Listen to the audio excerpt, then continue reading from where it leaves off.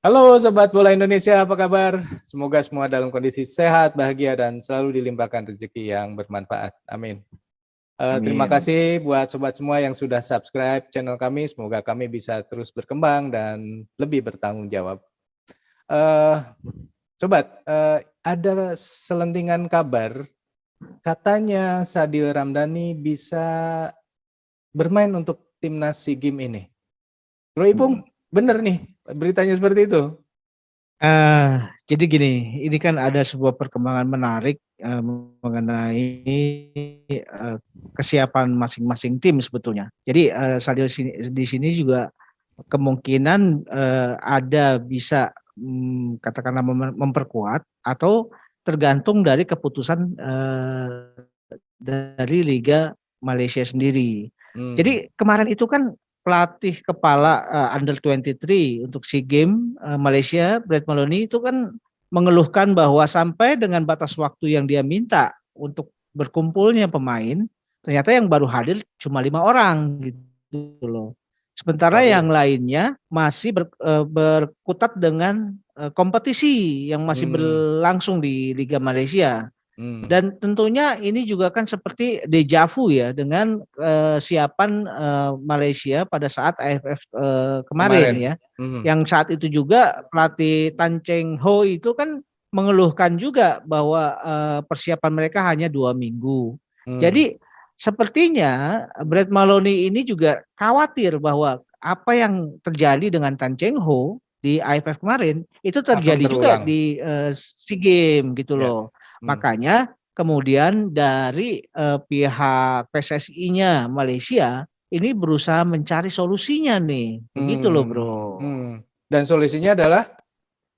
Solusinya jadi gini, ada kemungkinan liga yang saat ini masih bergulir itu akan dihentikan dulu sampai SEA Games berakhir. Wah. Jadi dengan begitu, ya, jadi dengan begitu artinya kemungkinan untuk dipanggilnya tim-tim yang tadinya pemain-pemain yang tadinya belum bisa bergabung karena masih bergulir itu akan bisa bergabung dalam waktu dekat gitu loh bro. Termasuk Sadil Dan juga karena akhirnya bisa iya, karena sama-sama liganya dihentikan gitu ya. Oh. Betul. Jadi ada kemungkinan seperti itu. Kalau itu jadi diberlakukan oleh PSSI-nya Malaysia gitu loh bro. Jadi karena Sabah juga bermain di Liga Malaysia, ada kemungkinan dan Sabah juga menyumbang beberapa pemain untuk tim nasional Malaysia, tentu akan juga mendapat aturan yang sama gitu loh. Jadi mereka juga terpaksa menghentikan laga nih gitu loh, menghentikan laga di liga karena untuk kepentingan kesebelasannya gitu, kesebelasan nasionalnya gitu loh. Kalau benar itu laga liganya diundur sampai selesainya SEA Games, maka klub juga tidak bisa menahan Sadil kan? Iya kan, sehingga Sadil harusnya seperti itu. diperkenankan untuk ke timnas. Iya kan, harusnya seperti itu. Oh, jadi dari situ ya. Jadi kan awalnya karena belum ada wacana untuk menghentikan liga oleh PSSI-nya Malaysia, Ong Kim Sui pelatihnya Sabah tentu keberatan ya.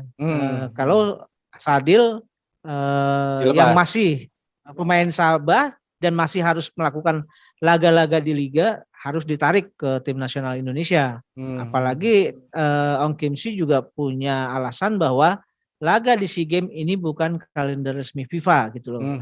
Jadi beralasan kalau kemudian Sadil ditahan gitu loh. Nah, kalau saat ini PSSI-nya Malaysia sudah secara resmi menghentikan liga sampai gelaran SEA Games berakhir, tentu tidak ada alasan lagi buat Sabah menahan Sadil gitu loh. Aduh, ini tricky juga ya buat Malaysia. Tapi kan kejadian yang sama juga dialami Thailand kan. Kami oleh Thailand ketika dipanggil juga banyak pemainnya yang tidak bisa hadir karena masih berkutat dengan liganya kan. Lanjut. Betul. Jadi memang pelatih kepalanya kan Alexander Monopolking juga mengeluhkan hal yang sama seperti siapa pelatihnya Malaysia tersebut. Jadi apakah nanti PSSI-nya Thailand juga akan mengambil langkah yang sama dengan Malaysia? Kita juga belum tahu gitu loh, Bro. Jadi paling tidak memang idealnya segera mungkin pemain-pemain yang akan dipanggil untuk gelaran SEA Games segera berkumpul, baik itu dari Malaysia maupun dari Thailand gitu loh. Mengingat tim-tim seperti Vietnam dan Indonesia itu kan sudah melakukan persiapan yang cukup lumayan gitu loh, Bro. Ya.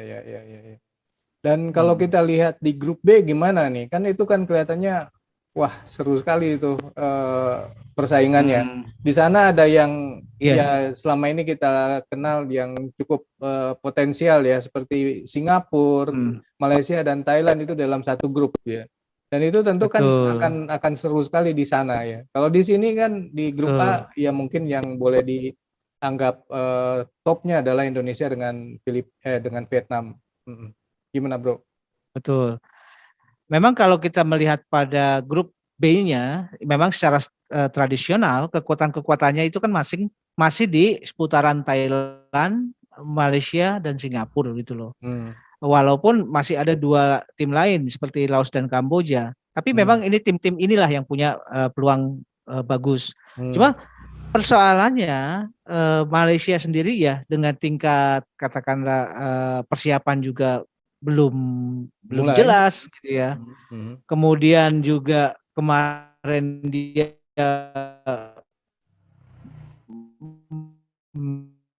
tiga itu juga akan mendapatkan hasil yang sangat-sangat mengecewakan gitu loh, Bro.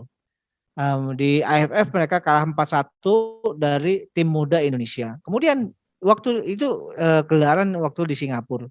Waktu gelaran di Kamboja Under 23 mereka juga hancur babak belur kalah dari Laos gitu loh. Jadi secara mentalitas memang Malaysia ini lagi bermasalah gitu loh, Bro. Jadi ada kemungkinan bisa saja Singapura atau mungkin malah Kamboja yang naik gitu loh, Bro. Untuk mengisi jadi memang di grup B ini peluangnya sih kalau saya lihat terbuka untuk selain ya Thailand ya yang hampir pasti ya, itu ada Singapura, Malaysia dan Kamboja saya pikir. Wow, seru. Oke, sobat bola Indonesia. Itulah obrolan kita kali ini tentang Sadil ya. Kira-kira jadi nggak nih Sadil akan bergabung dengan timnas? Oke, kita lanjutkan di obrolan yang berikutnya. Bye. Makasih Bro Ipung. Yuk, makasih Bro.